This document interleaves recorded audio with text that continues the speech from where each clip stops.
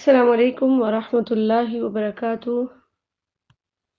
اللہ کے فضل اور اس کی توفیق سے آج انشاءاللہ ہم تیسرا پارہ شروع کریں گے۔ اعوذ باللہ من الشیطان الرجیم، بسم اللہ الرحمن الرحیم۔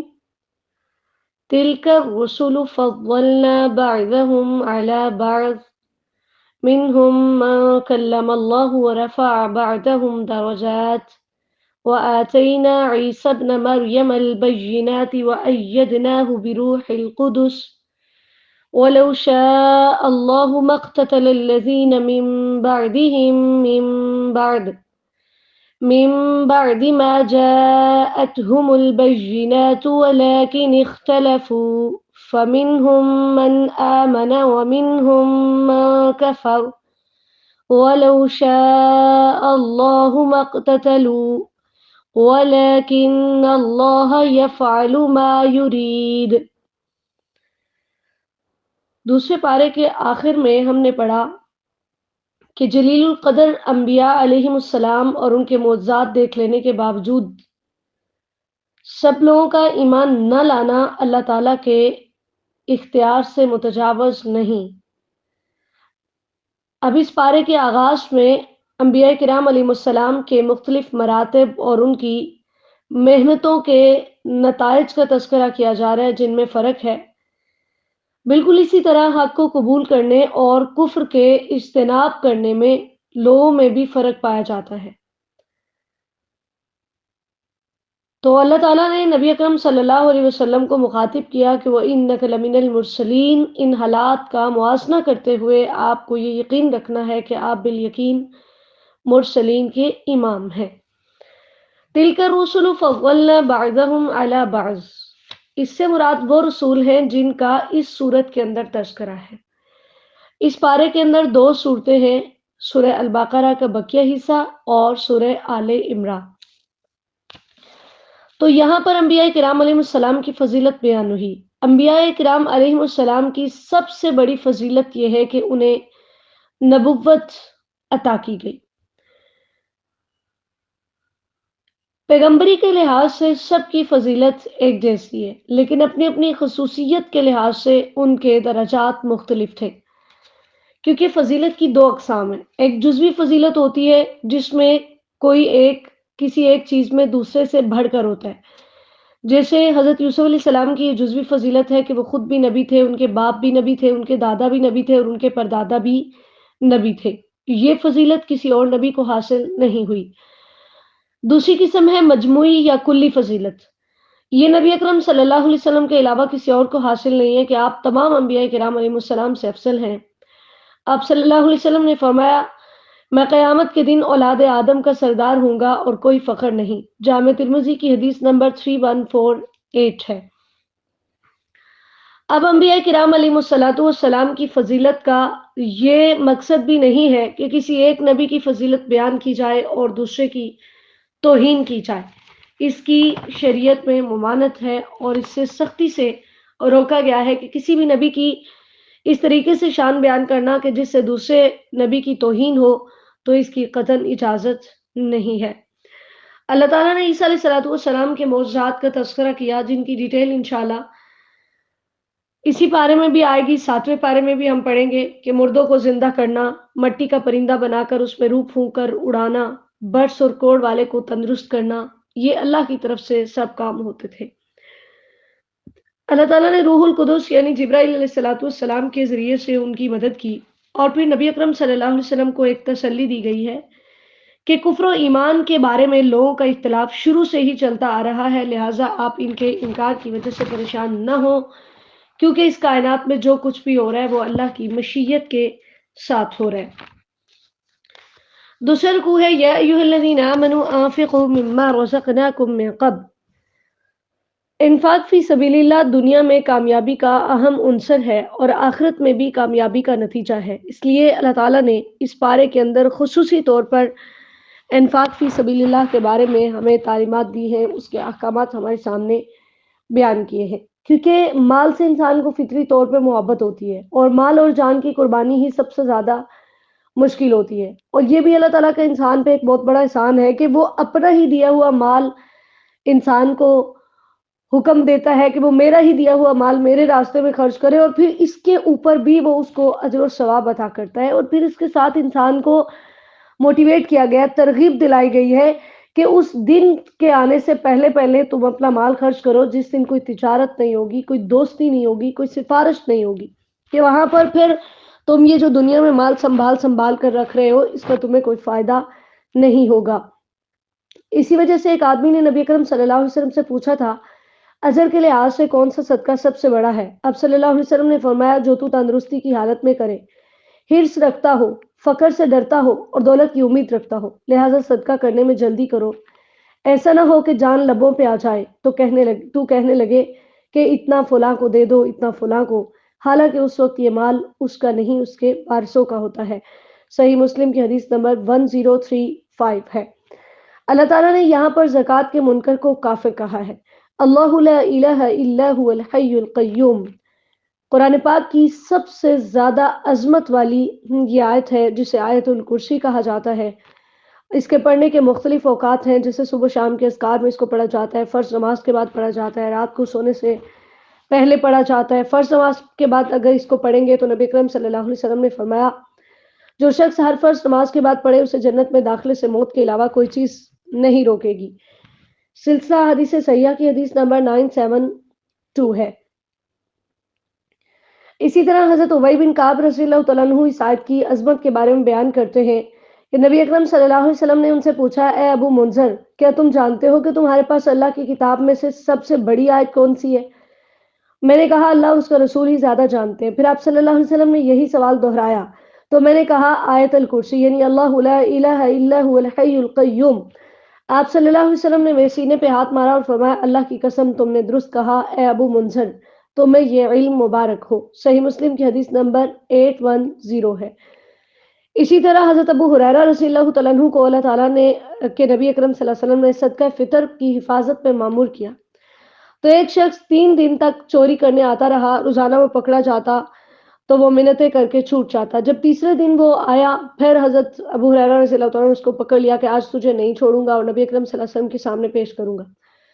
تو اس نے کہا کہ ایک بات بتاتا ہوں، اس کے بدلے مجھے چھوڑ دو۔ وہ بات کیا تھی؟ اس نے کہا، جب تم اپنے بستر پہ آؤ تو آیت الکرسی پڑھ لیا کرو، تو لازماً اللہ کی طرف سے ایک حفاظت کرنے والا مقرر ہوگا اور صبح تک کوئی شیطان تمہارے قریب نہیں آئے گا۔ جب حضرت ابو ہریرہ رضی اللہ تعالیٰ عنہ نبی اکرم صلی اللہ علیہ وسلم کے پاس آئے، آپ نے اس بارے میں سوال کیا تو حضرت ابو ہریرہ رضی اللہ تعالیٰ عنہ نے ان کو بتایا، تو نبی صلی اللہ علیہ وسلم نے فرمایا، یاد رکھو اس نے تمہیں سچ بتایا حالانکہ وہ بہت جھوٹا تھا۔ پھر آپ نے بتایا کہ وہ شیطان تھا۔ صحیح بخاری کی حدیث نمبر 2311 ہے۔ تو انہی حدیث کے پیش نظر آیت الکرسی کو پڑھنے کی عادت بنانی ہے اور ان مواقع پر اس کو لازمی طور پہ انشاءاللہ تعالی پڑھنا ہے۔ یہ عظمت کے اعتبار سے قرآن پاک کی سب سے بڑی آیت ہے۔ آیت الکرسی کے اندر اللہ تعالیٰ کا نام اور ضمیر کے ساتھ ذکر 19 بار آیا ہے۔ اللہ تعالیٰ نے یہاں پر ایک دعویٰ کیا ہے کہ اللہ لا الہ الا ہو، اللہ وہ ہے جس کے علاوہ کوئی سچا معبود نہیں، وہ اکیلا ہے۔ کیونکہ لفظ الہ کے جتنے بھی مصادر بیان کیے جائیں، سب کا معنی اللہ کی وحدانیت اور الوہیت کا کامل تصور ہے۔ پہلی دلیل ہے الحی، وہ ہمیشہ سے زندہ ہے اور ہمیشہ زندہ رہے گا۔ نبی اکرم صلی اللہ علیہ وسلم نے فرمایا، اللہ تعالیٰ تھا اور اس سے پہلے کوئی چیز نہیں تھی۔ صحیح بخاری کی حدیث نمبر 7418 ہے۔ دوسری دلیل ہے کہ جو بغیر سہارے کے خود بھی قائم ہے اور دوسروں کو بھی قائم رکھنے والا ہے۔ تیسری دلیل ہے جو سو جائے، یعنی اس کو نہ اونگ آتی ہے نہ نیند آتی ہے، کیونکہ جو سو جائے وہ رب نہیں ہوتا، وہ مشکل کشا اور حاجت روا نہیں ہو سکتا۔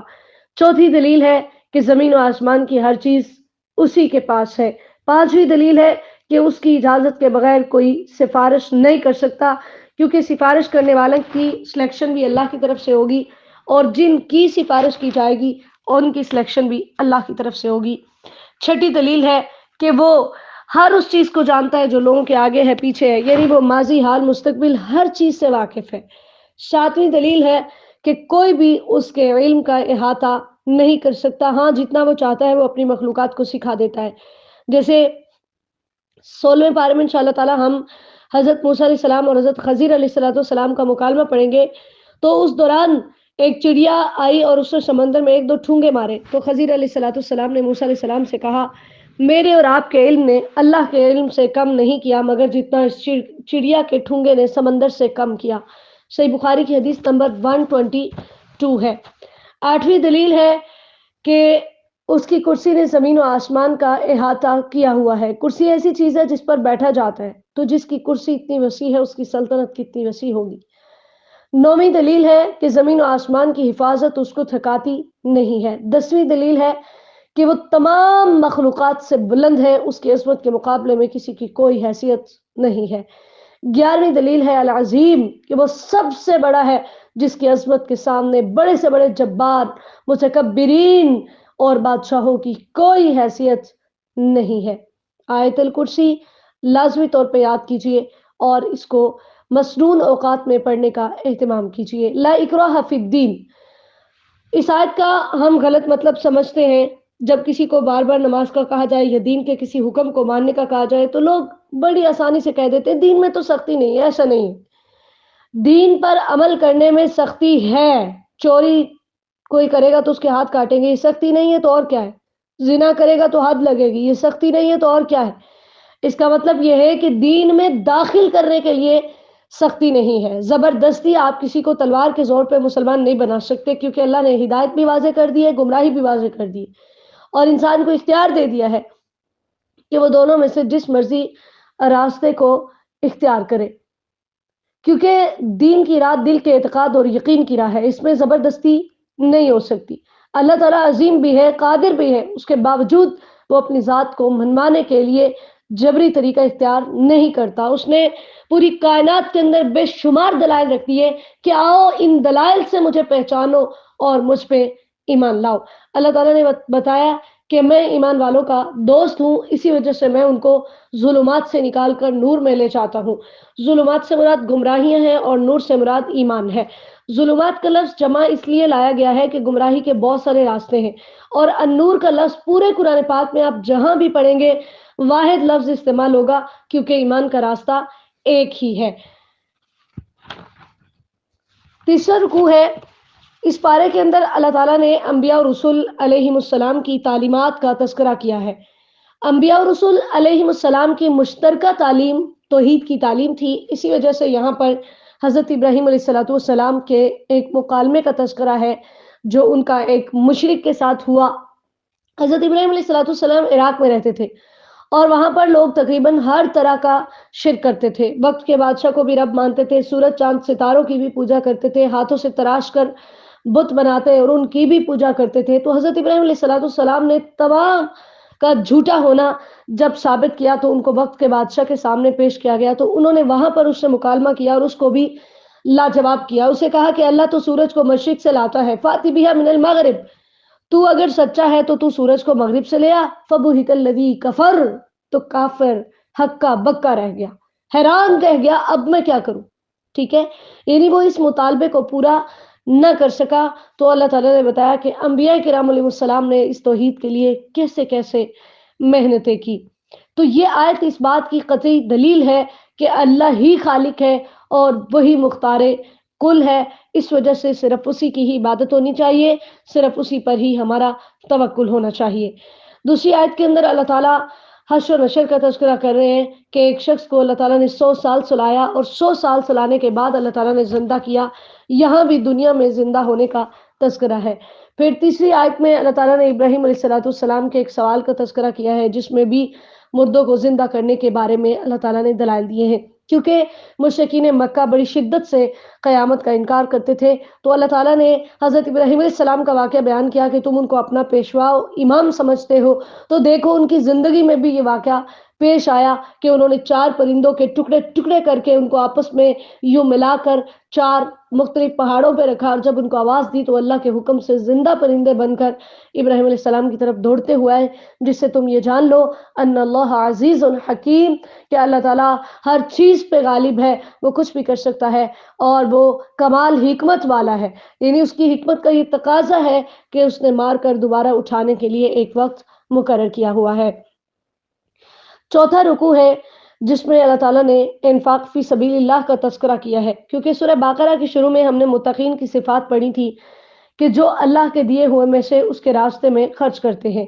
تو یہی وجہ ہے کہ یہاں پر اللہ تعالیٰ آپ بڑی وضاحت سے اپنے راستے میں خرچ کرنے کے بارے میں ہماری رہنمائی کر رہے ہیں، کیونکہ صدقہ و خیرات کسی بھی معاشرے میں ریڑھ کی ہڈی کی حیثیت رکھتے ہیں۔ تو اس لیے اللہ تعالیٰ نے بتایا کہ جو میرے راستے میں 1 روپیہ خرچ کرتا ہے میں اسے 700 کے برابر عطا کرتا ہوں۔ اور اس کی ایک اگزامپل اللہ تعالیٰ نے بیان کی ہے کہ جیسے ایک دانہ ہے جس سے 7 بالیاں اگتی ہیں اور پھر ہر بالی کے اندر 100 دانہ ہوتا ہے، اس طرح اللہ تعالیٰ بڑھا چڑھا کر اپنے بندے کو اس کے خلوص کے مطابق عطا کرتے ہیں۔ نبی اکرم صلی اللہ علیہ وسلم نے فرمایا اللہ تعالیٰ صرف پاک مال قبول فرماتا ہے، تو جس نے اپنے پاک مال میں سے ایک کھجور کے برابر صدقہ کیا اللہ اسے اپنے ہاتھ میں لے لیتا ہے اور اس کی یوں نشوونما کرتا ہے جیسے تم اپنے بچڑے کی نشوونما کرتے ہو، حتیٰ کہ وہ کھجور پہاڑ کے برابر ہو جاتی ہے۔ سبحان اللہ۔ صحیح بخاری کی حدیث نمبر 1410 ہے۔ تو یہاں سے پتہ چلتا ہے کہ اللہ کے راستے میں چھوٹی سے چھوٹی چیز بھی خرچ کریں تو اللہ تعالیٰ کیسے اس کی قدر کرتے ہیں۔ پھر صدقہ دینے کے بعد احسان جتلانے کی ممانعت ہے کہ تم دے کر پھر اس کو بار بار جتلاتے بھی رہو کہ ہاں میں نے تمہیں فلاں موقع پہ یہ دیا، فلاں موقع پہ یہ دیا، کیونکہ رسول اللہ صلی اللہ علیہ وسلم نے فرمایا 3 آدمیوں سے اللہ تعالیٰ روز قیامت نہ کلام کرے گا، نہ انہیں پاک کرے گا اور نہ ان کی طرف دیکھے گا۔ نمبر 1 کپڑا لٹکانے والا، نمبر 2 احسان جتلانے والا، اور نمبر 3 جھوٹی قسم کے ساتھ اپنا مال بیچنے والا۔ اللہ تعالیٰ نے فرمایا اگر تمہارے پاس کچھ نہیں ہے تو اچھی بات کہہ کر بکاری کو رخصت کر دو، اور پھر اگر وہ تمہیں بار بار تنگ کرے تو اس کے اوپر تم اسے معاف کر دو، ٹھیک ہے؟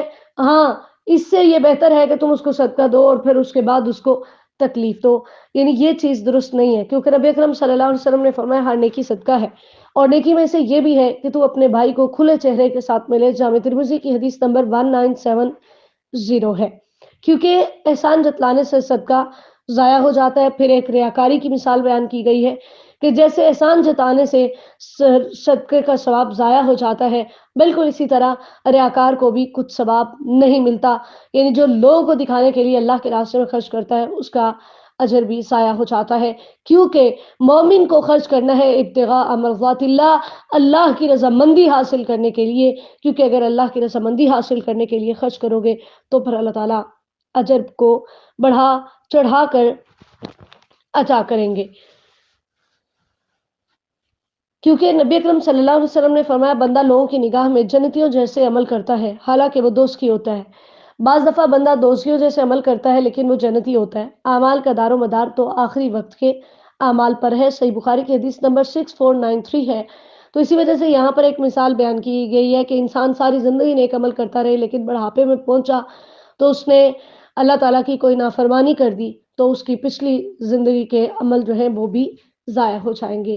اس لیے ہمیشہ اللہ تعالیٰ سے یہ دعا کرنی چاہیے کہ یا اللہ میرا خاتمہ بالایمان فرمانا، یا اللہ خاتمہ بالایمان فرمانا، آمین۔ 5واں رکوع ہے یا ایھا الذین آمنوا انفقوا من طیبات ما کسبتم۔ چونکہ اس بارے میں انبیاء کرام علیہ السلام کو خصوصی تعلیمات سکھائی گئیں، ان تعلیمات میں سے دوسری تعلیم ان کو یہ پیغام پہنچانا تھا کہ تم اللہ کے راستے میں خرچ کرو۔ تو اس کے لیے اللہ تعالیٰ نے ایمان والوں سے یہ ڈیمانڈ کی ہے، یہ مطالبہ کیا ہے کہ تم پاکیزہ اور عمدہ خرچ کرو۔ حضرت برا بن عازب رضی اللہ تعالیٰ عنہ فرماتے ہیں کہ یہ آیت ہم انصار کے بارے میں نازل ہوئی، ہم میں سے ہر کوئی اپنی کھجوروں کے حساب سے کم یا زیادہ لے کر آتا اور مسجد میں لٹکا دیتا۔ اہل صفہ کے پاس کھانے کو کچھ نہ ہوتا تو وہ اس سے کھا لیتے۔ کچھ لوگ جنہیں نیکی کی رغبت نہیں تھی وہ نکمے خوشے لے کر آتے یا وہ جو ٹوٹے ہوئے ہوتے، تو اللہ تعالیٰ نے یہ آیت نازل کی کہ تم میرے راستے میں پاکیزہ اور عمدہ خرچ کرو، یعنی کمتر چیز اگر تمہیں دی جائے تو تم لیتے نہیں، تو پھر میرے راستے میں کمتر چیز کیوں دیتے ہو؟ جامع ترمذی کی حدیث نمبر 2987 ہے۔ اس آیت کی روشنی میں اگر ہم اپنی زندگیوں کو دیکھیں تو آج ہمارا کیا رویہ ہے؟ جو کپڑے پھٹ جاتے ہیں وہ ہم صدقہ کرتے ہیں، جو چیز ہمارے استعمال کے قابل نہیں رہتی وہ ہم صدقہ کرتے ہیں۔ اللہ کے نزدیک یہ بات پسندیدہ نہیں ہے۔ اس کے نزدیک اس بات کی اہمیت ہے کہ تم عمدہ اور پاکیزہ چیز اللہ کے راستے میں خرچ کرو۔ پھر اللہ تعالیٰ نے بتایا کہ جب تم دینے لگو گے تو شیطان تمہیں کہے گا، اور یہ چیز تو ہم سب فیل کرتے ہیں کہ شیطان ہمیں کہتا ہے کہ تمہارے پیسے کم ہو جائیں گے، تمہاری یہ چیز کم ہو جائے گی، تم فقیر ہو جاؤ گے، ٹھیک ہے، ہر ممکن طریقے سے وہ ہمیں روکنے کی کوشش کرتا ہے۔ اللہ تعالیٰ نے فرمایا تم نے اس کے بہکاووں میں نہیں آنا، کیونکہ اگر تم میرے راستے میں خرچ کرو گے تو میں تمہیں اپنے فضل سے اور دوں گا، ٹھیک ہے، فضل زائد چیز کو کہتے ہیں، یعنی میں تمہاری نعمتوں میں اضافہ کروں گا اور اس کے ساتھ ساتھ میں تمہارے گناہوں کو بھی بخشوں گا۔ مغفرہ غفر سے نکلا ہے، لوہے کی اس ٹوپی کو کہتے ہیں جو سر کو ڈھانپ دیتی ہے، تو بالکل اسی طرح جو بخشش ہوتی ہے وہ بھی گناہوں کو ڈھانپ دیتی ہے۔ نبی اکرم صلی اللہ علیہ وسلم نے فرمایا ہر روز جب بندہ صبح کرتا ہے تو 2 فرشتے نازل ہوتے ہیں، ان میں سے ایک دعا کرتا ہے کہ اللہ خرچ کرنے والوں کو اس کی جگہ اور دے، اور دوسرا بد دعا کرتا ہے اے اللہ روکنے والوں کے مال کو تلف کر دے۔ صحیح بخاری کی حدیث نمبر 1442 ہے۔ تو شیطان کے بہکاوے میں نہیں آنا، کیونکہ نبی اکرم صلی اللہ علیہ وسلم نے یہ گارنٹی دی ہے کہ صدقہ مال کو کم نہیں کرتا۔ صحیح مسلم کی حدیث نمبر 1588 ہے۔ اللہ تعالیٰ نے حکمت کی بات کی ہے، حکمت تمام شرعی علوم کو اپنے اندر سموئے ہوئے ہے، ٹھیک ہے، اور اس کی اصل جو ہے یہ سنت نبوی ہے۔ حکمت کہتے ہیں دین کے صحیح فہم کو اور علم و فقہ میں صحیح بصیرت کو، کسی کام کو صحیح طور پہ سر انجام دینا، یہ بھی حکمت کہلاتا ہے۔ جسے حکمت مل جائے اسے بہت بڑی خیر مل گئی۔ اللہ تعالیٰ ہمیں بھی حکمت نصیب فرمائے۔ پھر اللہ تعالیٰ نے نظر کا تذکرہ کیا ہے۔ ہم سب کی زندگیوں میں یہ چیز پائی جاتی ہے، ہم اکثر اوقات نظر مانتے ہیں، میرا یہ کام ہو جائے تو میں اتنے نفل پڑھوں گی، میں اتنا صدقہ کروں گی۔ تو نظر اصل میں کہتے ہیں ایسے کام کو جو فرض نہیں ہوتا لیکن مکلف خود اپنے اوپر اس کو فرض کر لیتا ہے۔ اس کی 2 قسمیں ہیں، ایک ہوتی ہے نظر مطلق، یعنی کوئی شرط لگائے بغیر ہی انسان اپنے اوپر کوئی نیکی کا کام لازم کر لے، مثلاً تہجد فرض نہیں ہے تو ہم یہ کہیں کہ میں آئندہ سے تہجد پڑھا کروں گی، تو یہ نظر ہے، نظر مطلق، اور یہ اللہ تعالیٰ کو بہت پسند ہے اور اسے پورا کرنا لازم ہے۔ دوسری نظر ہے نظر معلق، یعنی جس کے اندر کوئی چیز لٹکائی جاتی ہے، کہ شرط لگا کر نظر ماننا کہ اگر میرا یہ کام ہوا تو میں فلاں نیکی کروں گی۔ یہ نظر اللہ تعالیٰ کے نزدیک پسندیدہ نہیں ہے، کیونکہ نبی اکرم صلی اللہ علیہ وسلم نے فرمایا نظر نہ مانا کرو، اس لیے کہ نظر تقدیر میں سے طے شدہ کاموں میں کچھ فائدہ نہیں دیتی، صرف اتنا ہوتا ہے کہ بخیل سے مال نکل آتا ہے۔ تو اس وجہ سے اللہ تعالیٰ کے ساتھ ہم کون ہوتے ہیں؟ شرطیں لگانے والے، بلکہ وہی صدقہ کر کے، وہی نفل پڑھ کے، وہی روزے رکھ کے ہمیں اللہ سے دعا کرنی چاہیے کہ یا اللہ میرا یہ کام کر دے۔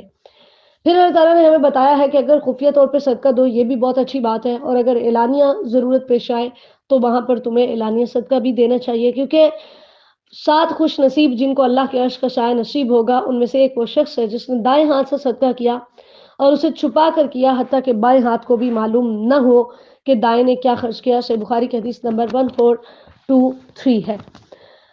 اللہ تعالیٰ نے پھر بتایا ہے کہ تمہیں اپنا صدقہ ان لوگوں کو دینا چاہیے جو حقدار تو ہیں لیکن خودداری کی وجہ سے اپنی عزت نفس کی خاطر وہ لوگوں سے سوال نہیں کرتے، اور اس سے مراد علماء اور دیندار طبقہ ہے، یعنی سب سے زیادہ وہ اس بات کے مستحق ہے کہ ان کے اوپر اپنا مال خرچ کیا جائے۔ ہمارے ہاں دیکھیے سب سے کم تنخواہ مدرسے میں پڑھانے والے کی ہوتی ہے، سب سے کم تنخواہ ہماری امام مسجد کی ہوتی ہے، لیکن وہ اپنی خودداری کی وجہ سے 5-7 ہزار میں گزارا تو کر لیتے ہیں لیکن کسی کے سامنے ہاتھ نہیں پھیلاتے۔ تو اللہ تعالیٰ فرماتے ہیں کہ اصل یہ لوگ ہیں، ٹھیک ہے، کہ لا یستطیعون ضربا فی الارض، دین کی تعلیمات کو سیکھنے سکھانے کی وجہ سے، اللہ کے راستے میں جہاد کی وجہ سے ان کے پاس اتنا وقت نہیں ہوتا کہ وہ دنیا میں چلیں پھریں اور کاروبار کریں، اس وجہ سے تمہارے صدقوں کے سب سے زیادہ مستحق یہ لوگ ہیں کہ یہ لوگوں سے چمٹ کر سوال بھی نہیں کرتے، اور تمہیں ان کے نشانات سے پتہ بھی چلتا ہے کہ کس طرح سے یہ اللہ تعالیٰ کے دین کے لیے دن رات محنتیں کر رہے ہیں، تو تمہیں اپنا مال ان پہ خرچ کرنا چاہیے، کیونکہ جو خود سے مانگے گا بھکاری بنے گا، اس کی تو اسلام نے مذمت بیان کی ہے۔ نبی اکرم صلی اللہ علیہ وسلم نے فرمایا آدمی لوگوں سے مانگتا رہتا ہے حتیٰ کہ وہ قیامت کے دن اس حال میں آئے گا کہ اس کے چہرے پر گوشت کی ایک بوٹی بھی نہیں ہوگی۔ صحیح مسلم کی حدیث نمبر 1040 ہے۔ چھٹا رکوع ہے، اللہ تعالیٰ نے پھر سے اپنے راستے میں خرچ کرنے کے بارے میں بتایا کہ دن رات کی گھڑیوں میں میرے راستے میں خرچ کرو تو میں تمہیں خوف و غم سے آزاد کر دوں گا۔ الذین یاکلون الربا، آیت نمبر 275 بہت اہم ہے، کہ جس کے اندر اللہ تعالیٰ نے سود کی حرمت بیان کی ہے، کیونکہ عرب کے اندر سود لینے دینے کا بہت رواج تھا۔ الربا کہتے ہیں قرض دے کر اصل مال سے زیادہ وصول کرنے کو. تو ویسے اس کا لفظی معنی ہوتا ہے بڑھنا یا زیادہ ہونا. اللہ تعالیٰ نے سزا بیان کی ہے کہ سود لینے والا شخص قیامت کے دن مخبوط الحواس ہو کر اٹھے گا، اور نبی اکرم صلی اللہ علیہ وسلم نے سود کھانے والے پر، سود دینے والے پر، سود لکھنے والے پر اور سودی لین دین کے گواہوں پر لعنت فرمائی ہے، اور فرمایا وہ سب گناہ میں برابر ہے. صحیح مسلم کی حدیث نمبر 1598 ہے. کیونکہ چاہے سود ظاہری طور پر بڑھ رہا ہوتا ہے لیکن حقیقت میں اس کا انجام قلت ہوتی ہے، یعنی وہ گھٹتا ہے. تو اللہ تعالیٰ نے ہمیں حکم دیا کہ تم اللہ سے ڈرو اور جو بقیہ سود بچے ہیں ان کو چھوڑ دو. اسی وجہ سے نبی اکرم صلی اللہ علیہ وسلم نے اس آیت کے نزول کے بعد تمام جو سود تھے ان کو باطل قرار دیا، اور حجۃ الوداع کے موقع پر آپ صلی اللہ علیہ وسلم نے اعلان فرمایا کہ جاہلیت کے زمانے کے تمام سود میرے قدموں کے نیچے ہیں. صحیح مسلم کی حدیث نمبر 1218 ہے. اور یہ واحد گناہ ہے جس کے اوپر اللہ نے اعلان جنگ کیا ہے. استغفر اللہ واتوب الیہ. اور آج ہمارا بینکنگ کا جتنا بھی نظام ہے وہ سارا ہی سود پہ مبنی ہے. پھر اللہ تعالیٰ نے قرض دار کو مہلت دینے کے بارے میں احکامات نازل کیے، کیونکہ نبی اکرم صلی اللہ علیہ وسلم نے فرمایا جس نے قرض دار کو مہلت دی یا قرض معاف کر دیا تو اللہ تعالیٰ اسے قیامت کے دن اپنا سایہ عطا کرے گا. صحیح مسلم کی حدیث نمبر 3006 ہے. 7واں رکوع ہے یا ایھا الذین آمنوا اذا تداینتم بدین. یہ قرآن پاک کی حجم کے اعتبار سے سب سے لمبی آیت ہے. اس کو آیت الدین یا آیت المداینہ کہتے ہیں، کیونکہ سود کی لعنت کو 3 طریقوں سے ختم کیا جا سکتا ہے، یہ صدقے کے ذریعے سے یا قرض کے ذریعے سے یا تجارت کو بڑھا کر. تو اللہ تعالیٰ نے سود کو جب حرام قرار دیا تو اس کے بعد قرض کے اصول بیان کیے کہ اب اگر تم سود نہیں لے دے سکتے تو اس میں کسی دوسرے کی مدد کیسے کر سکتے ہو کہ اس کو قرض دے دو. پھر اس کے لیے اللہ تعالیٰ نے ہمیں حکم دیا کہ جب تمہیں قرض دینا ہے تو چاہے وہ تھوڑا مال ہو یا زیادہ ہو اس کو لکھ لیا کرو. پھر اسی طرح نمبر 2 اس کے بارے میں دوسرا حکم دیا کہ اس کی مدت مقرر کر لیا کرو. تیسرا حکم دیا کہ اس کے اوپر گواہ بنا لیا کرو. اور پھر اللہ تعالیٰ نے لکھنے والے کو بھی ادب سکھایا کہ اگر تجھے اللہ تعالیٰ نے لکھنے کی صلاحیت دی ہے تو جب تجھے لکھنے کے لیے بلایا جائے تو تجھے لکھ لینا چاہیے. اور پھر کاتب کے بارے میں یہ بھی بتایا کہ وہ عادل ہونا چاہیے، یعنی وہ انصاف کرے. یہ نہ ہو کہ وہ قرض لینے والے کی فیور کر کے کم لکھے یا دینے والے کی فیور کر کے زیادہ لکھ دے.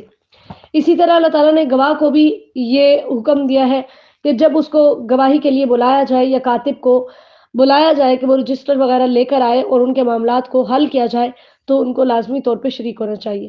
پھر اسی طرح اللہ تعالیٰ نے بتایا ہے کہ مالی معاملات میں اگر تم نے گواہ بنانے ہیں اور وہاں پر تمہارے پاس 2 گواہ موجود نہیں ہیں تو ایک مرد اور 2 عورتیں جو ہیں ان کی گواہی تم لے سکتے ہو، یعنی ایک عورت کی 2 عورتوں کی گواہی ایک مرد کی گواہی کے برابر ہے. اسلام نے عورت کو اتنا حق دیا کہ اس کی گواہی کو بھی معتبر بنایا. اللہ اکبر. لیکن آج عورتیں مارچ میں نکلتی ہیں سڑکوں پر اپنے حقوق لینے کے لیے. اللہ تعالیٰ ہمیں محفوظ فرمائے. پھر اسی طرح اللہ تعالیٰ نے یہ بتایا ہے کہ غیر مسلم کی گواہی قابل قبول نہیں ہوگی. اور اسی کے ساتھ ساتھ یہ حکم بھی ہمیں دیا کہ اگر تم تجارت نقد و نقد کر رہے ہو تو پھر اس کے اندر لکھنے کی ضرورت نہیں ہے. تو یہ تمام اللہ تعالیٰ نے جو تمہارے لیے حدود بیان کی ہیں اگر تم ان کا خیال نہیں رکھتے تو یہ فسق ہے، لہذا تمہیں اس سے بچنا چاہیے. وَإِن كُنتُمْ عَلَىٰ سَفَر. پھر اسی طرح بتایا کہ اگر دوران سفر تمہیں کسی کو قرض دینا پڑ جاتا ہے اور وہاں پر کوئی گواہ بھی نہیں ہے تو تم کیا کرو. اس صورت میں یہ ہے کہ تم کوئی چیز گروی رکھ لو، یعنی اپنی کوئی چیز اس کے پاس رکھ لو، اس کے بدلے میں اس سے پیسے لے لو. جب اس کے پیسے واپس کرو گے تو اپنی چیز واپس لے لینا. اور پھر اسی طرح اللہ تعالیٰ نے جھوٹی گواہی کی مذمت بیان کی ہے، کیونکہ ایسا شخص جو جھوٹی گواہی دیتا ہے اس کا دل گناہ گار ہے، کیونکہ دل ہی ہوتا ہے جس کی وجہ سے ہم کوئی اچھا کام کرتے ہیں یا برا کام کرتے ہیں. نبی اکرم صلی اللہ علیہ وسلم نے فرمایا کبیرہ گناہوں میں سے سب سے بڑا گناہ اللہ کے ساتھ شریک بنانا، کسی شخص کو قتل کرنا، والدین کی نافرمانی کرنا اور جھوٹی بات یا جھوٹی گواہی. صحیح بخاری کی حدیث نمبر 6871 ہے. 8واں رکوع ہے کہ زمین و آسمان کی ہر چیز کا مالک اللہ تعالیٰ ہے. اور پھر حکم دیا گیا کہ تمہارے دل کے ان اعمال پر بھی مواخذہ ہوگا جو تم دل میں سوچتے ہو، چھپاؤ یا ظاہر کرو. جب یہ آیت نازل ہوئی تو صحابہ کرام رضی اللہ تعالیٰ عنہم بہت زیادہ پریشان ہوئے اور نبی علیہ السلام سے عرض کیا کہ یا رسول اللہ ہم نماز روزہ تو بجا لاتے ہیں مگر دل کے اعمال پر مواخذہ، یعنی وہ تو ہمارے کنٹرول میں نہیں ہے. تو آپ صلی اللہ علیہ وسلم نے فرمایا کیا تم بھی اہل کتاب کی طرح سمعنا وعصینا کہنا چاہتے ہو کہ ہم نے سن لیا اور ہم نے نافرمانی کی، بلکہ تم یوں کہو کہ سمعنا واطعنا غفرانک ربنا والیک المصیر۔ جب انہوں نے اس کا اقرار کر لیا تو اللہ تعالیٰ نے اگلی آیت نازل کی، صحیح مسلم کی حدیث نمبر 125، کہ اس آیت میں اللہ نے بتایا کہ میں کسی پر اس کی طاقت سے زیادہ بوجھ نہیں ڈالتا، کیونکہ دل کے اعمال تمہارے اختیار میں نہیں ہے، اس لیے ان پہ تمہارا مواخذہ نہیں ہوگا۔ ہاں، دل کے ان اعمال پہ تمہارا مواخذہ ہوگا جو تمہارے اختیار میں، یعنی ایمان لانا انسان کے اختیار میں، کفر اختیار کرنا انسان کے اختیار میں، نیکی کرنا انسان کے اختیار میں ہے، گناہ سے بچنا انسان کے اختیار میں ہے، اس خیال پر مواخذہ ہے جس کو تم عملی شکل دیتے ہو، ٹھیک ہے؟ لیکن جو وسوسات دل میں آتے ہیں اور چلے جاتے ہیں اس کے اوپر تمہارا مواخذہ نہیں ہے۔ سورہ باقرہ کی آخری دو آیات یہ بہت ہی اہمیت کے حامل ہیں، جیسے سورہ فاتحہ کی فضیلت کے ساتھ بھی ہم نے پڑھا تھا کہ نبی اکرم صلی اللہ علیہ وسلم کو دو نور عطا کیے گئے، ایک سورہ فاتحہ اور ایک سورہ باقرہ کی آخری دو آیات۔ اسی طرح ان کی فضیلت کے بارے میں نبی اکرم صلی اللہ علیہ وسلم نے فرمایا جو شخص رات کو سورہ باقرہ کی آخری دو آیات پڑھ لے تو وہ اس کے لیے کافی ہو جائیں گی۔ صحیح بخاری کی حدیث نمبر 5009 ہے۔ تو یہاں پر ایک خوبصورت دعا بھی ہمیں سکھائی گئی، ربنا لا تؤاخذنا ان نسینا او اخطأنا ربنا ولا تحمل علينا اسرا كما حملته على الذين من قبلنا ربنا ولا تحملنا ما لا طاقة لنا به واعف عنا واغفر لنا وارحمنا أنت مولانا فانصرنا على القوم الكافرین۔ اس دعا کو بھی اپنی دعاؤں میں شامل کیجئے اور اسی کے ساتھ ساتھ ان دو آیات کو رات کو پڑھنے کا لازمی طور پہ اہتمام کیجئے۔ اللہ تعالیٰ ہم سب کو عمل کی توفیق عطا فرمائے۔ اس پارے کی دوسری صورت ہے سورہ آل عمران۔ آل کا مطلب ہوتا ہے بیوی بچے یا ماننے والے، تو یہاں پر عمران سے مراد حضرت مریم علیہ السلام کے والد ہے۔ حضرت موسیٰ اور حضرت ہارون علیہ السلام کے والد کا نام بھی عمران تھا۔ سورہ فاتحہ کی ابتدا توحید سے، سورہ البقرہ کی ابتدا قرآن مجید کے تعارف سے ہوئی اور سورہ آل عمران کی ابتدا میں ان دونوں مضامین کو بیان کیا جا رہا ہے۔ اس سورت کی ابتدا سے تقریباً 83 آیت نمبر تک عیسائیوں سے بحث مباحثہ ہوا، ان کے مذہب کی تردید کی گئی اور انہیں سچا دین قبول کرنے کی دعوت دی گئی، کیونکہ نجران سے عیسائیوں کا وفد آیا تھا جس میں 60 سوار تھے اور اس میں 14 ان کے معزز افراد تھے۔ انہوں نے آ کر نبی اکرم صلی اللہ علیہ وسلم سے بات چیت کی، کیونکہ عیسائی عیسیٰ علیہ السلام کو رب مانتے تھے۔ تو اللہ تعالیٰ نے ان کا جواب دیا اور اس صورت کی ابتدا حروف مقطعات سے کر کے قرآن کے اعجاز کو ثابت کیا اور فرمایا کہ اللہ لا الہ الا هو الحی القیوم، عیسیٰ رب نہیں ہے بلکہ رب وہ ہے جس کا کوئی ہم نام نہیں ہے، وہ معبود برحق ہے، وہ ہمیشہ سے زندہ ہے، ہمیشہ زندہ رہے گا، جبکہ عیسیٰ علیہ السلام کو موت سے ہمکنار کیا جائے گا، کیونکہ جو فوت ہو جائے وہ رب نہیں ہوتا۔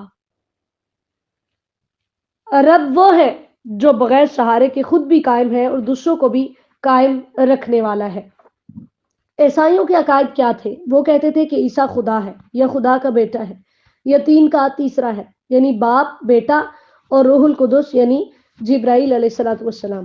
اللہ تعالیٰ نے ان کا رد کرتے ہوئے ان کو بتایا کہ رب وہ ہے جس نے موسیٰ علیہ السلام پر تورات اتاری اور عیسیٰ علیہ السلام پر انجیل اتاری اور محمد صلی اللہ علیہ وسلم پر قرآن اتارا۔ رب وہ ہے جو خفیہ، پوشیدہ اور ظاہر ہر چیز کو جانتا ہے۔ رب وہ ہے جو تمہاری ماں کے پیٹ میں تمہاری تصویریں بناتا ہے، حالانکہ عیسیٰ علیہ السلام کی تو خود تصویر بنائی گئی ہے، لہٰذا وہ رب نہیں ہے۔ پھر اللہ تعالیٰ نے قرآن پاک کی عظمت بیان کی کہ اس کی کچھ آیات محکم ہیں اور کچھ متشابہ ہیں۔ محکم سے مراد یہ ہے کہ پورے قرآن پاک میں کوئی کمی یا خرابی نہیں ہے، یا محکم سے مراد یہ ہے کہ وہ آیات جو اصل اور بنیاد کی حیثیت رکھتی ہیں، یعنی جیسے توحید و رسالت کے احکامات ہیں، اوامر و نواہی ہیں، حلال و حرام کے احکامات ہیں۔ اور متشابہ سے مراد وہ آیات یعنی قرآن پاک کی تمام آیات ہی فصاحت و بلاغت میں، مضامین اور معانی کے اعتبار سے ایک دوسرے سے ملتی جلتی ہیں۔ اسی طرح متشابہ وہ آیات ہیں جن کا تعلق ان حقائق سے ہے جن کا انسان اپنے علم کے ذریعے سے یا اپنے حواس کے ذریعے سے ادراک نہیں کر سکتا، مثلا اللہ تعالیٰ کی صفات کے بارے میں یا مر کر دوبارہ اٹھنے کی جو زندگی ہے اس کے جو حالات وغیرہ ہیں۔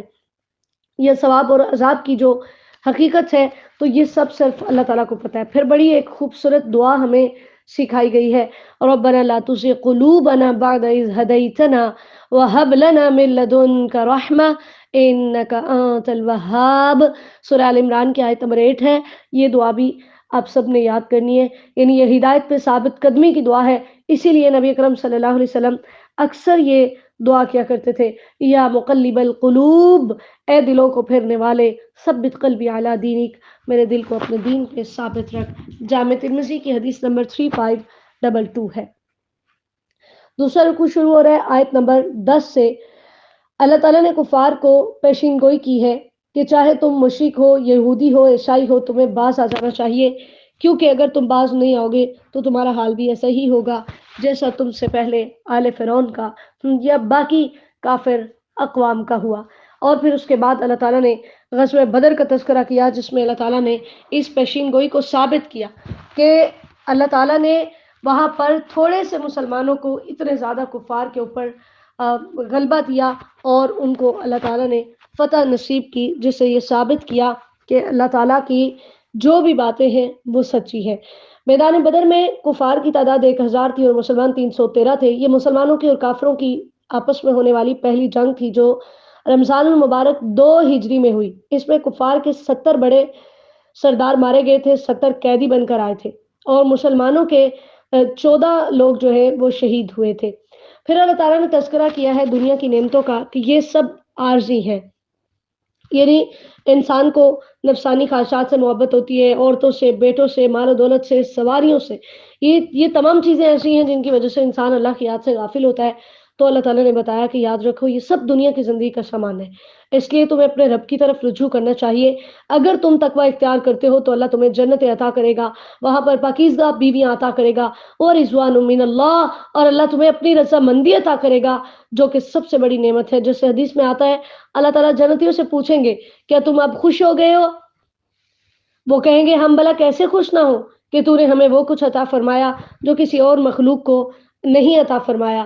اس وقت اللہ تعالیٰ فرمائیں گے اب میں تمہیں وہ نعمت دیتا ہوں جو سب سے بڑی ہے، سب سے افضل ہے، اور وہ نعمت میری رضامندی ہے، اب میں تم سے کبھی ناراض نہیں ہوں گا۔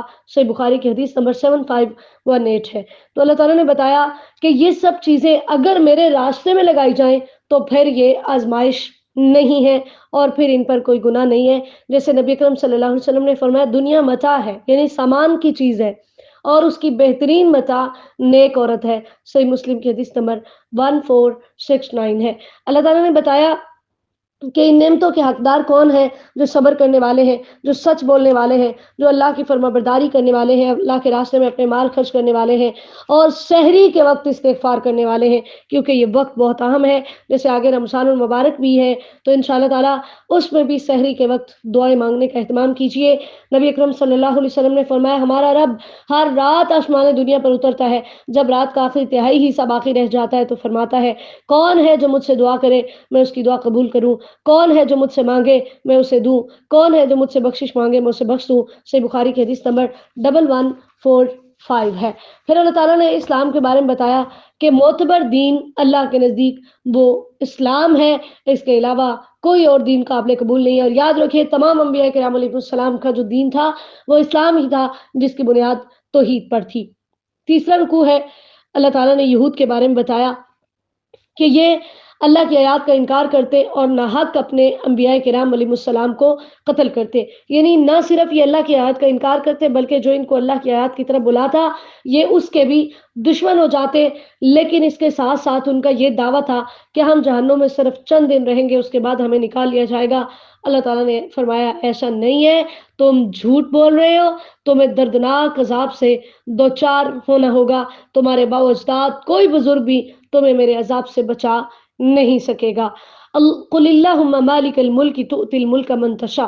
یہودی یہ سمجھتے ہوتے تھے کہ نبوت کا سلسلہ ہمیشہ ہمارے اندر ہی رہے گا، اسی وجہ سے نبی اکرم صلی اللہ علیہ وسلم کو جب نبوت ملی، ٹھیک ہے، تو انہوں نے آپ سے اسی بات پہ حسد کیا کہ نہیں آخری نبی ہم میں سے کیوں نہیں آیا اور وہ ایمان نہ لائے۔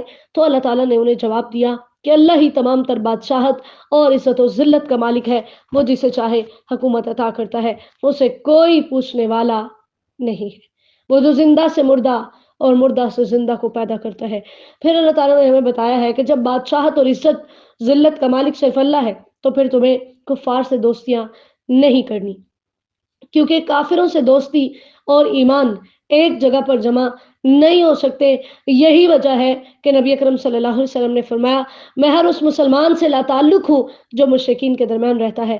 جامع ترمذی کی حدیث نمبر 1604 ہے۔ اور آج ہمارا رجحان ہے سارے ممالک کو چھوڑ کر ہم یورپ میں رہنے کو پسند کرتے ہیں۔ اللہ تعالیٰ ہماری اصلاح فرمائے، ہمیں ہدایت نصیب فرمائے۔ چوتھا رکوع ہے قل ان کنتم تحبون اللہ فاتبعونی یحببکم اللہ ویغفر لکم ذنوبکم۔ بڑی اہم آیت ہے۔ ہر دور میں ہر انسان کا یہ دعویٰ رہا کہ وہ اللہ سے محبت کرتا ہے۔ اللہ تعالیٰ نے سب کو بتایا کہ میری محبت اگر تمہارے دلوں میں ہے تو میں نے اس کا ایک چیک کرنے کا معیار رکھا ہے کہ وہ میرے نبی کی اتباع کرے۔ اتباع کیا ہوتی ہے؟ وہی کام کرنا جو نبی اکرم صلی اللہ علیہ وسلم کرتے تھے، ان کاموں سے بچنا جن سے آپ صلی اللہ علیہ وسلم نے روکا ہے۔ یہاں پر بدعت کی مذمت بھی ہو رہی کہ دین میں کوئی نئی بات ایجاد کرنا اور اس کے مطابق پھر زندگی گزارنا، یہ نبی اکرم صلی اللہ علیہ وسلم کی اتباع نہیں ہے۔ اگر تمہیں مجھ سے محبت ہے تو میرے نبی کی اتباع کرو، بدلے میں تم سے محبت کروں گا، تمہارے گناہوں کو بخش دوں گا۔ اللہ اکبر کبیرہ۔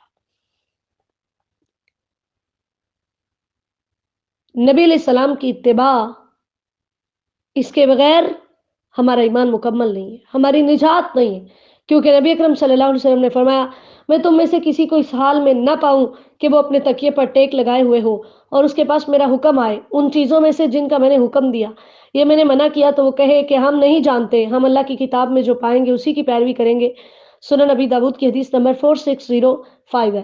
پھر اللہ تعالیٰ نے حضرت عیسیٰ علیہ السلام کی عبودیت کا تذکرہ کیا ہے، کیونکہ عیسائی عیسیٰ علیہ السلام کو رب مانتے تھے، تو اللہ تعالیٰ نے یہاں پر عیسیٰ علیہ السلام کا تذکرہ کیا کہ عیسیٰ علیہ السلام ایک انسان ہے، ٹھیک ہے۔ پھر اس سے پہلے اللہ تعالیٰ نے ان کی والدہ کی پیدائش کے بارے میں بتایا، کیونکہ انبیاء کرام علیہ السلام کو جو تعلیمات اس بارے میں سکھائی گئیں ان میں سے تیسری تعلیم یہ تھی کہ جیسے تم نے مال میرے راستے میں خرچ کرنا ہے، اپنی اولادیں بھی تم نے میرے راستے میں ہی پیش کرنی ہے۔ تو یہاں پر تذکرہ ہے حضرت مریم کی والدہ کی نظر کا کہ انہوں نے اللہ سے نظر مانی کہ یا اللہ مجھے بیٹا عطا کرنا تو میں اسے تیرے لیے وقف کر دوں گی، لیکن اللہ تعالیٰ نے بیٹے کی بجائے بیٹی دی، اور یہ بھی بتایا کہ یہ بیٹی کوئی عام بیٹی نہیں ہے۔ تو دیکھیے یہاں سے پتہ چلتا ہے کہ ان کی والدہ نے بیٹی مانگی، اللہ کی حکمت بیٹا مانگا، اللہ کی حکمت تھی کہ اس نے بیٹی عطا کی، پھر اس بیٹی میں سے اللہ تعالیٰ نے جو بیٹا عطا کیا، جیسا بیٹا نانی نے مانگا تھا وہ نانی کو تو نہیں ملا، لیکن بیٹی کو اللہ تعالیٰ نے وہ بیٹا عطا کیا اور پھر دنیا کے لیے اس کو ایک نشانی بنایا، اور اللہ تعالیٰ نے ان کو وہ خوبیاں عطا کی جو کسی اور میں نہیں تھی۔ تو پتہ چلتا ہے کہ کبھی کبھی دعائیں انڈائریکٹلی بھی قبول ہوتی ہیں، اور کبھی دعاؤں کی قبولیت میں اتنا ٹائم بھی لگتا ہے۔ ہم جلدی کرتے ہیں دعا کر کے کہ میں نے یہ مانگا یہ مجھے ابھی مل جائے۔ انہوں نے کہا یا اللہ میں نے تو بیٹا مانگا تھا، یہ تو بیٹی ہے۔ اللہ تعالیٰ نے فرمایا واللہ اعلم بما وضعت، مجھے بہتر پتہ ہے آپ نے کیا چیز جنم دی ہے۔ اللہ اکبر۔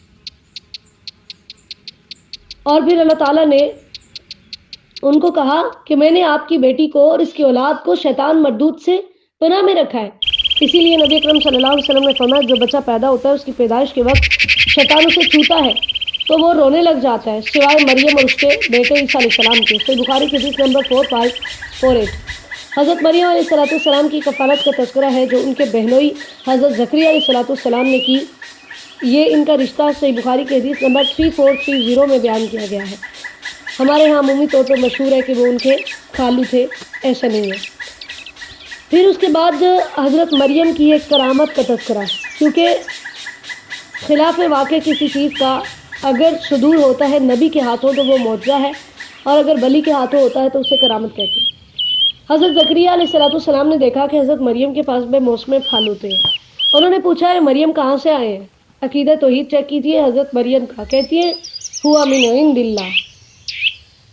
آج ہم میں سے کوئی ہوتا تو ہم کیا کہتے ہیں؟ میں بڑی نیک ہوئی کیے مجھے ملتے ہیں، میں یہ کرتی ہوں وہ کرتی ہوں اس لیے مجھے ملتا. کیا کہا؟ یہ میرے رب کی طرف سے آئے. اللہ اکبر کبیر. آج ہمارے اس دور میں شرک اسی وجہ سے زیادہ ہے.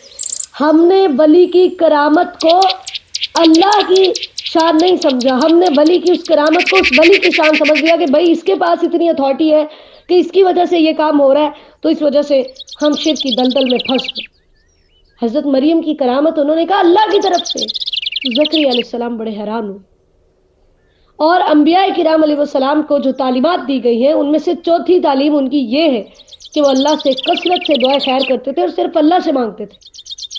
اب جیسے ہی حضرت زکریا علیہ السلام نے یہ دیکھا، ہنالک دعا زکریا ربا، جگہ بھی نہیں تبدیل کی، اسی جگہ پہ کھڑے ہو کے اپنے رب سے کال ملائی، اللہ مریم کو بے بوس میں پھل دے سکتا ہے تو مجھے بھی 120 سال کی عمر میں تو اولاد عطا کر سکتا ہے. اللہ مجھے پاکیزہ اولاد چاہیے. انک سمیع الدعا. یقین کی انتہا دیکھیے. اللہ اسباب نہیں ہے، وسائل نہیں ہے. 16ویں پارے میں انشاءاللہ تعالی ہم پڑھیں گے. انہوں نے بتایا اللہ ہر طرح سے میں اولاد کے قابل نہیں ہوں، لیکن تیری ذات پہ یقین ہے تو کچھ بھی کر سکتا ہے. تو آئیے اپنے رب کی طرف پلٹیے جو اتنی طاقتوں والا ہے، جو اتنی قدرتوں کا مالک ہے، جو سب کچھ کر سکتا ہے. اس سے مانگیے. زکریا علیہ السلام والا یقین اپنے اندر پیدا کیجئے. اسی جگہ پر کھڑے ہو کے اللہ کو پکارا، اللہ پاکیزہ اولاد چاہیے. اور یا اللہ انک سمیع الدعا، اللہ تو دعائیں سنتا ہے. جب یقین سے مانگے تو پھر دعائیں فوراً قبول ہوتی ہیں. فوراً قبول ہوئی. اسی جگہ پر کھڑے اللہ نے بیٹے کی خوشخبری دی اور پھر یہ بھی بتایا کہ آپ کے بیٹے کا نام بھی میں خود رکھوں گا. اور یہ واحد بچہ ہے جس کا نام اللہ نے رکھا، یحییٰ علیہ السلام. اللہ اکبر. یہ بھی بتا دیا کہ آپ کا بیٹا نبی ہوگا. آپ نے مجھ سے اتنے یقین سے مانگا ہے، آئیے میں اپنے انعامات آپ پہ نچھاور کرتا ہوں. آپ کے بیٹے کا نام میں نے خود رکھا ہے. آپ کا بیٹا نبی ہوگا، آپ کا بیٹا سردار ہوگا، اور آپ کا بیٹا نفسانی خواہشات پہ قابو پانے والا ہوگا. زکریا علیہ السلام اتنے حیران ہوتے خوشی سے، اللہ کیسے اولاد ہوگی؟ یا اللہ میں بوڑھا ہو چکا ہوں، میری بیوی بانجھ ہے، پوری زندگی اولاد نہیں ہوئی، یا اللہ کیسے؟ اللہ تعالیٰ نے فرمایا کذالک اللہ یفعل ما یشاء. اللہ جو چاہتا ہے کرتا ہے. پھر اللہ تعالیٰ سے کہتے ہیں مزید اطمینان کے لیے، یا اللہ کوئی نشانی مقرر کر دیجئے. اللہ تعالیٰ نے فرمایا اپنے 3 دن تک لوگوں سے بات نہیں کرنی. اشارے سے بات کر سکتے ہیں، بولنا نہیں.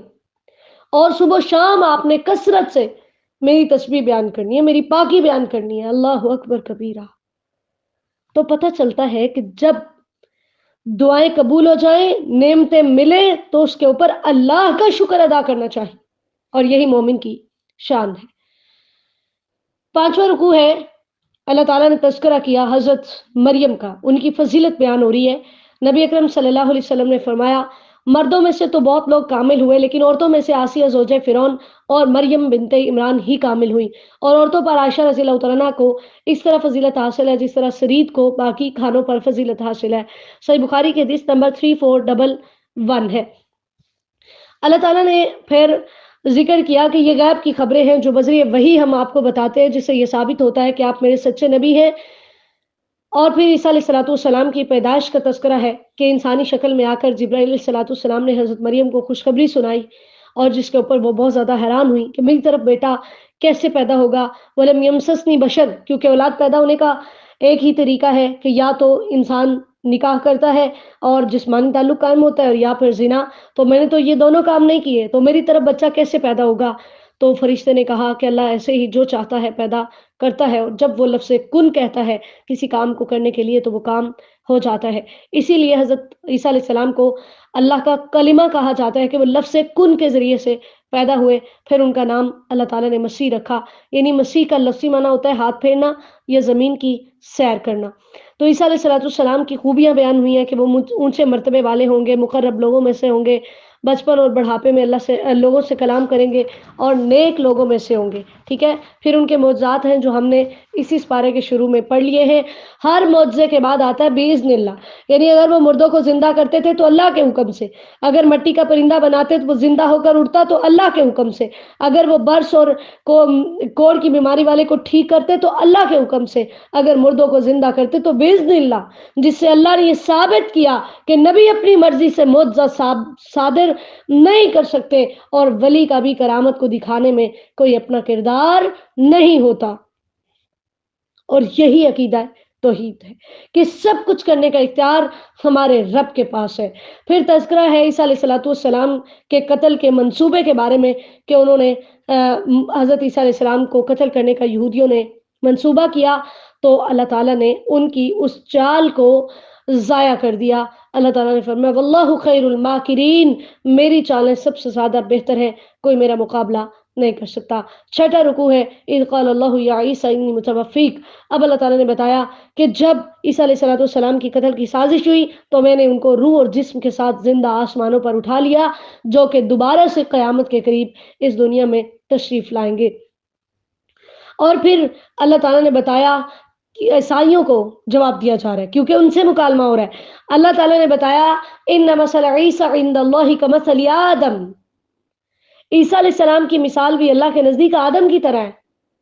اگر تم عیسیٰ کو بغیر باپ کے پیدا ہونے کی وجہ سے اللہ کا بیٹا کہہ رہے ہو تو پھر آدم علیہ السلام تو اللہ کا بیٹا کہلوانے کے زیادہ حقدار ہیں کیونکہ وہ تو بغیر ماں باپ کے پیدا ہوئے۔ تو اللہ تعالیٰ نے فرمایا ایسا نہیں ہے جو تم سمجھ رہے ہو، خلقہ من تراب، اللہ نے آدم کو مٹی سے پیدا کیا، ثم قال له کن فیکون، عیسیٰ علیہ السلام کو بھی ایسے ہی پیدا کیا۔ اللہ نے ان کو اپنی قدرت سے پیدا کیا ہے، یہ اللہ کی اولاد نہیں ہے۔ پھر آیت مباہلہ ہے کہ اتنے واضح دلائل دیکھنے کے باوجود بھی اگر یہ نہیں مان رہے تو ان کو مباہلے کی دعوت دو۔ مباہلہ کیا ہے کہ تم بھی اپنے بیٹوں کو اور اپنی عورتوں کو لے کر آؤ، خود بھی آ جاؤ، ہم بھی اپنے بیٹوں کو اور اپنی عورتوں کو لے کر آتے ہیں اور خود بھی آتے ہیں، پھر گڑ گڑا کر دعا کرتے ہیں اور جھوٹوں پر اللہ کی لعنت بھیجتے۔ لیکن جب نبی اکرم صلی اللہ علیہ وسلم نے ان کو دعوت مباہلہ دی تو وہ ڈر گئے اور انہوں نے کہا کہ ہم جزیہ دے دیں گے لیکن ہم نے مباہلہ نہیں کرنا۔ جزیہ اس ٹیکس کو کہتے ہیں جو غیر مسلم مسلمانوں کے ملک میں رہنے کے لیے ادا کرتے ہیں۔ تو حضرت عبداللہ بن عباس رضی اللہ تعالیٰ عنہ فرماتے ہیں اگر وہ نبی اکرم صلی اللہ علیہ وسلم سے مباہلہ کر لیتے تو اس حال میں واپس جاتے، نہ اپنے اہل کو پاتے نہ مال کو، یعنی وہ جھوٹے تھے، ادھر ہی ان پہ اللہ کی لعنت برستی اور وہ تباہ و برباد ہو جاتے۔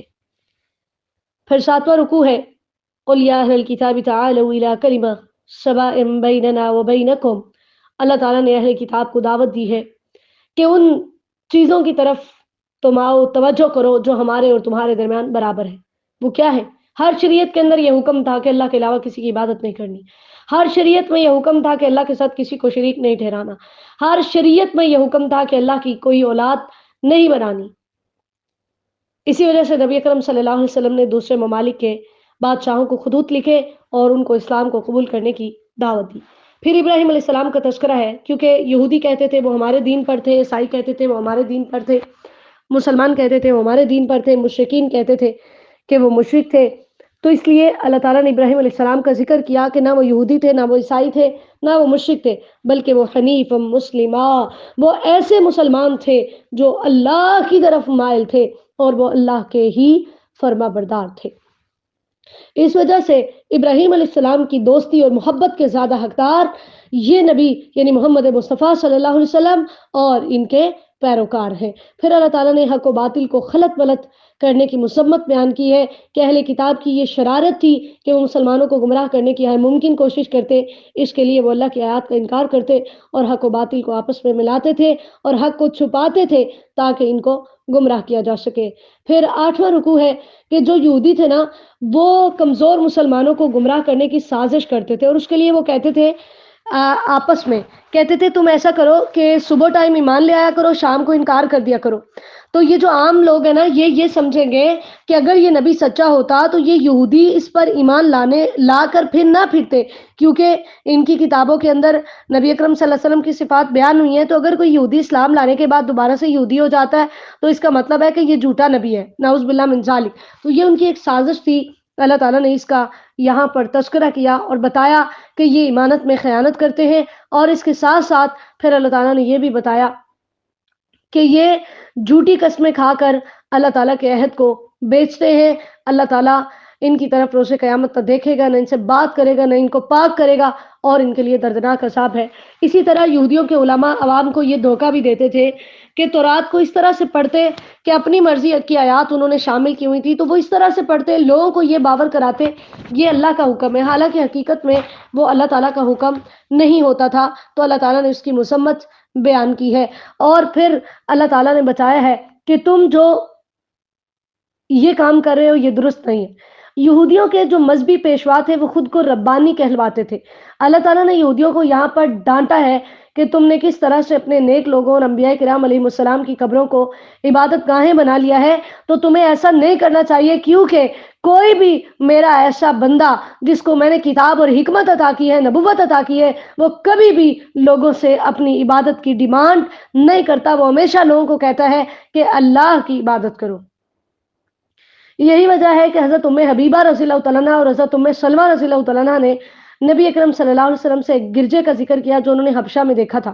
آپ صلی اللہ علیہ وسلم نے فرمایا ان میں سے جب کوئی نیک آدمی فوت ہوتا تو اس کی قبر پر مسجد بنا لیتے اور اس میں تصویریں بنا دیتے۔ یہ لوگ قیامت کے دن اللہ کے نزدیک سب سے زیادہ بدتر ہوں گے۔ صحیح بخاری کی حدیث نمبر 3873 ہے۔ اللہ تعالیٰ ہمیں محفوظ فرمائے۔ آج ہمارے ہاں بھی تو یہی ہے، جو نیک بزرگ فوت ہوتا ہے اس کی قبر پہ مزار بن جاتا ہے۔ قیامت کے دن یہ سب سے بدترین لوگ ہیں۔ اللہ ہمیں اس شرک سے محفوظ فرما لے۔ 9واں اور آخری رکوع ہے۔ انبیاء کرام علیہ السلام کو جو تعلیمات اس بارے میں دی گئی ان میں سے 5ویں تعلیم یہ تھی کہ تم نے عظمت مصطفیٰ صلی اللہ علیہ وسلم کو پہچاننا ہے، کیونکہ پوری مخلوق خداوندی میں سے اگر صداقت کی بات ہو تو صداقت کی انتہا محمد صلی اللہ علیہ وسلم، عدالت کی بات ہو تو عدالت کی انتہا محمد صلی اللہ علیہ وسلم، سخاوت کی بات ہو تو سخاوت کی انتہا محمد صلی اللہ علیہ وسلم، اور اگر نبوت کی بات ہو تو نبوت کی انتہا محمد صلی اللہ علیہ وسلم۔ میرے ماں باپ آپ پہ قربان۔ اللہ نے تمام انبیاء کرام علیہ السلام سے وعدہ لیا کہ اپنے بعد آنے والے نبی کی تصدیق بھی کرنی ہے اور اس کی مدد بھی کرنی ہے۔ اس کے لیے تمہیں آخر الزمان پیغمبر صلی اللہ علیہ وسلم پر بھی ایمان لانا ہے، کیونکہ ایک نبی کا منکر تمام نبیوں کا منکر ہے۔ پھر اس کے بعد اللہ تعالیٰ نے بتایا کہ دین اسلام کے علاوہ کوئی اور دین قابل قبول نہیں ہے۔ نبی اکرم صلی اللہ علیہ وسلم نے فرمایا جس نے کوئی ایسا عمل کیا جس میں ہمارا حکم نہیں تو وہ مردود ہے۔ صحیح مسلم کی حدیث نمبر 1718 ہے۔ جو اس دین اسلام کو قبول نہیں کرتا اس پر اللہ کی فرشتوں کی اور تمام لوگوں کی لعنت ہے، لیکن اس لعنت سے نکلنے کا ایک طریقہ بھی ہے، اور وہ توبہ ہے کہ اگر کوئی توبہ کر لیتا ہے تو اللہ تعالیٰ اپنی اصلاح کر لیتا ہے تو اللہ تعالیٰ اس کے گناہوں کو بخش دیتے ہیں۔ لیکن اگر کوئی شخص ایمان لانے کے بعد پھر سے کفر کرتا ہے اور اسی حالت میں اس کی موت واقع ہو جاتی ہے، یعنی مرتد ہوتا ہے، تو اس کی توبہ قبول نہیں ہوتی، یہ واجب القتل ہے۔ اور کفر کی حالت میں مرنے والے کی توبہ اس لیے بھی قبول نہیں ہوتی، نبی اکرم صلی اللہ علیہ وسلم نے فرمایا اللہ تعالیٰ بندے سے توبہ قبول کرتے ہیں جب تک غرغر کی حالت نہیں ہوتی۔ جامع ترمذی کی حدیث نمبر 3537 ہے۔ ابھی ہمارے پاس وقت ہے کہ ہم توبہ کریں، اپنے رب کے سامنے گڑ گڑائیں۔ اللہ تعالیٰ نے فرمایا وہ جو کافر ہوئے کفر کی حالت میں مرے اگر وہ زمین بھر کے سونا بھی فدیے میں دے تو یہ فدیہ قبول نہیں ہوگا، وہ دردناک عذاب سے دوچار ہوں گے اور ان کا کوئی مددگار نہیں ہوگا۔ اسی وجہ سے نبی اکرم صلی اللہ علیہ وسلم نے فرمایا اللہ تعالیٰ سب سے ہلکے عذاب والے جہنمی سے پوچھیں گے اگر دنیا کی ہر چیز دے دی جائے تو کیا فدیے میں دے دو گے؟ وہ کہے گا ہاں۔ اللہ تعالیٰ فرمائیں گے میں نے تم سے اس وقت جب تم آدم کی پشت میں تھے اس سے آسان بات کا مطالبہ کیا تھا، شرک نہ کرنا، میں تمہیں دوزخ میں داخل نہیں کروں گا مگر تم نہیں مانے تھے۔ صحیح مسلم کی حدیث نمبر 2705 ہے۔ اللہ تعالیٰ ہمیں ان احکامات کو سمجھنے کی اور ان پہ عمل کرنے کی توفیق عطا فرمائے۔ ان احکامات کی روشنی میں ہمیں اپنی زندگیاں بدلنے کی توفیق عطا فرمائے، ہمارے صغیرہ و کبیرہ گناہ معاف فرمائے، ہماری نیک حاجات کو پورا فرمائے، ہمیں دنیا آخرت میں کامیاب و کامران فرمائے۔ یا الہی ہمارے والدین پہ، ہمارے اساتذہ پہ، ہم سب پہ اپنی رحمتوں کا نزول فرمائیے۔ میرے مالک ہمیں اپنے مقربین میں شامل فرمائیے۔